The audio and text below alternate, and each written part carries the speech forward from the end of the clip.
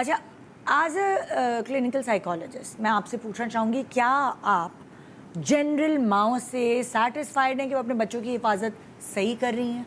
देखो निदा, इसमें तो मैं दो चीज़ों को लेकर आऊँगी and let me be have coming up with a very unbiased approach कि मैं खुद भी माँ हूँ ना। तो खुद एक माँ और एक प्रोफेशनल दोनों का मैं फ़र्क बताती हूँ कि जब हम खुद माँ बन रहे होते हैं, काइंड ऑफ माँ बनने का मतलब ये नहीं होता कि आपने बच्चे को पैदा कर दिया। पैदा करना तो हर कोई, बिल्ली जानवर सभी पैदा कर देते हैं क्योंकि मशीनरी है ना, हम प्रोडक्शन फैक्ट्रीज हैं, तो हमें तो पैदा करना ही है। असल काम होता है कि हम पाल कैसे रहे। तो when I was a mother, I thought कि my child was the safest with me. That is what all the mothers think कि उनके बच्चे उनके साथ सबसे सेफेस्ट हैं। लेकिन क्या हमने पेरेंट बनने से पहले अपने आप को किसी पेरेंट लिटरेसी प्रोग्राम में इनरोल किया है? माँ और बाप दोनों के लिए है, खाली माँ के लिए नहीं है। क्या हमको पता है कि हर एज ग्रुप में उसकी डिमांड्स अलग होती हैं, उसके सेफ्टी मेजर्स अलग होते हैं, उसकी रिक्वायरमेंट्स अलग अलग होती हैं? क्या हमें ये सारी चीज़ें पता हैं? हमें कुछ भी नहीं पता। लेकिन जैसे ही हम उस बच्चे को पैदा करते हैं, हम समझते हैं हमने बहुत बड़ा काम कर दिया और हमसे ज़्यादा अक्लमंद और कोई भी नहीं है। हालांकि हमें पहले ये देखना चाहिए कि क्या वो बच्चा हमारे लिए हमारे साथ सेफ़ है या नहीं है, और हमारे साथ अगर वो सेफ़ है तो हमने क्या मीन्स एंड मेजर्स अडॉप्ट किए हुए हैं कि हम अपने बच्चे को ये मेक श्योर करवाएं कि हाँ वो हमारे साथ सेफ़ है। It comes with both the parents, ठीक है? ये पेरेंटल लिटरेसी का काम है। उसके लिए ज़रूरी है कि हम खुद अपने आप को पेरेंट लिटरेसी में लेकर आएँ, क्योंकि as Vaniza said, तो you're basically talking about very young children, you know, कि ये नहीं करो, वो नहीं करो, वो नहीं ये करो। But the thing is कि as we are growing up and as a child is growing up ना, तो वो needs भी अलग हो रही हैं, requirements भी अलग हो रही हैं। मुझे as a professional अब ये लगता है कि parent literacy is a constant developmental thing that has to go on every day.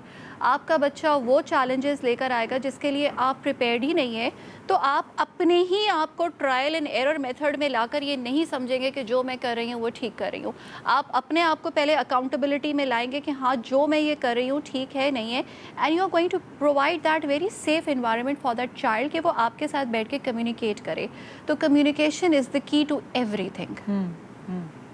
आपसे एज मतलब like Zia sahab as advocate मैं पूछना चाहूँगी कि क्या एज एक्टिविस्ट आपके सामने इस तरह के कितने केसेस आए हैं कि मेरे पास तो मेरा ख्याल है ढेरों केसेस हैं जो हमने कोर्ट्स में भी हैंडल किए हैं और वैसे भी जो चाइल्ड अब्यूज़ के केसेस हैं। तो आपको उन सब चीज़ों को देखने के बाद एज ऑब्जर्वेशन आपकी पूछूंगी कि आपको लगता है पेरेंट्स की कहीं ना कहीं गलती होती है बच्चों के साथ अगर इस तरह हो जाता है? किसी पर्टिकुलर उस पर तो बात नहीं करूँगा, लेकिन मैं समझता हूँ कि जो चाइल्ड प्रोटेक्शन है वो बहुत बड़ा इशू है पाकिस्तान। पाकिस्तान में 50% पॉपुलेशन जो है वो बच्चों की है और उनके प्रोटेक्शन का हम बच्चों से मुराद 18 से कम की बात है। आप 7 ले लें, 6 ले लें, 12 ले लें, हर एक का अपना अपना, जैसे बताया इन्होंने कि भाई हर एज की अपनी रिक्वायरमेंट है।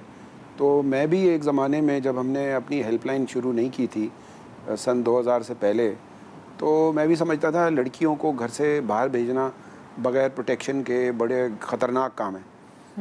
लेकिन जब हमने डेटा इकट्ठा करना शुरू किया, पाकिस्तान का डेटा, तो हमें पता चला कि बराबर हैं दोनों केसेस, लड़कों के और लड़कियों के अब्यूज़ के और वायलेंस के केसेस एक जैसे हैं।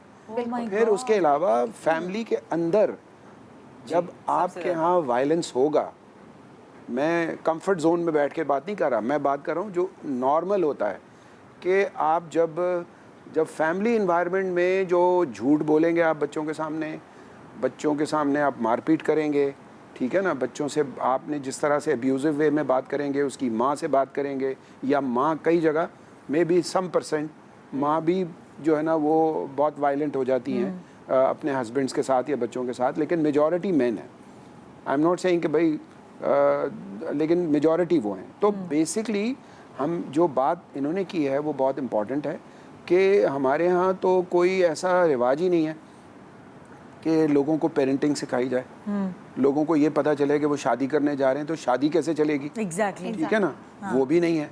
हमारे जैसा मुल्क है, हमसे गरीब मुल्क होता था एक ज़माने में मलेशिया में, तो वहाँ पे ये है कि शादी से पहले वो पूरे प्रोसेस से गुजरते हैं। अच्छा। वो HIV टेस्ट भी कराते हैं, अपने ब्लड टेस्ट भी कराते हैं, अच्छा, ठीक है ना। मुझे नहीं पता। और आप अगर हज पे जाएं या उम्रे पे, तो सबसे ज़्यादा यंग लोग आपको मलेशिया से मिलेंगे। Yes you are right, yes. ये मैंने ऑब्जर्व तो किया। बेसिकली वो ये स्टार्ट होता है शुरू में। हम तो जब टांगें ख़त्म हो रही होती है ना बंदा, तो फिर हम कहते हैं जी हमने अब हज पे जाना है, फलाना करना है। तो जो टीचिंग्स है ना, जो पॉजिटिव, वो आपको वैसे नहीं मिल सकती। तो जो ओवरऑल अब्यूजिव एनवायरनमेंट है उसको सही करने के लिए जहाँ फैमिली की ज़रूरत है, वहाँ आपको कम्युनिटी की ज़रूरत है, वहाँ पे गवर्नमेंट का जो रोल है, फिर रूल ऑफ लॉ का जो रोल है, जो इतने इदारे बने हुए ढेरों के हिसाब से 0% काम भी नहीं है। मेरा जो अपना पर्सनल तजर्बा है कि ये जितने डिपार्टमेंट बने हुए ये 0% पे, जब कोर्ट में भी हम उनको बुलाते हैं ना केसों में, मेरी तो बहुत सारी पिटिशंस हैं जो इस वक्त सुप्रीम कोर्ट में भी हैं कि जो बच्चे मिसिंग होते हैं वो कहाँ जाते हैं। मैं उनकी बात कर रहा हूँ जो वॉइसलेस लोग हैं। आप बात कर रहे थे कि जो प्रोटेक्शन में ऑलरेडी उनके साथ आप फर्दर उसकी बात करें, which is also important. But मैं बात कर रहा हूँ जो बच्चे ट्रैफिकिंग हो जाती है जी। Yes. और बहुत चाइल्ड लेबर इतनी है हमारे मुल्क में, पता ही नहीं होता। आपने अपने बच्चों को मैकेनिक की दुकान पे लगा दिया, किसी के घर पे लगा दिया, और वो एक अलग फिनोमेना है, वो एक अलग फिनोमेना है। तो हमारे पास तो हमारा बच्चा तो प्रॉपरली ग्रूम हो ही नहीं रहा। हालांकि हमारे यहाँ जितना टैलेंट है दुनिया में नहीं होगा। मैं आपको बताऊँ, मैं जब जाता हूँ ना बाहर, मैं दुनिया के 73 कंट्रीज़ में गया हुआ हूँ। I been to like because of this work, I work with UN, मैंने UN के साथ, इंटरनेशनल ऑर्गेनाइजेशन आप नाम लें, और उनके साथ हमने काम किया, उनके बोर्ड पे भी रहे। तो हम तो ये देख रहे हैं कि भाई लोग आगे बढ़ रहे हैं, हम पीछे जा रहे हैं।